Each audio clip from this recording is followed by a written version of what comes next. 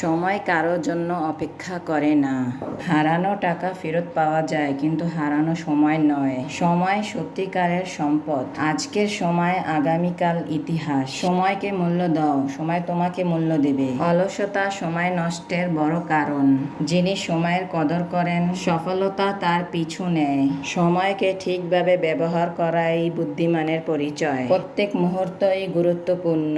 ভবিষ্যৎ গড়ার চাবিকাঠি বর্তমান সময়। সময়ের কাজ সময়ই করো। দেরি মানে সুযোগ হারানো। সময়ের সাথে সাথে বদলে যায় মানুষ, সম্পর্ক, স্বপ্ন।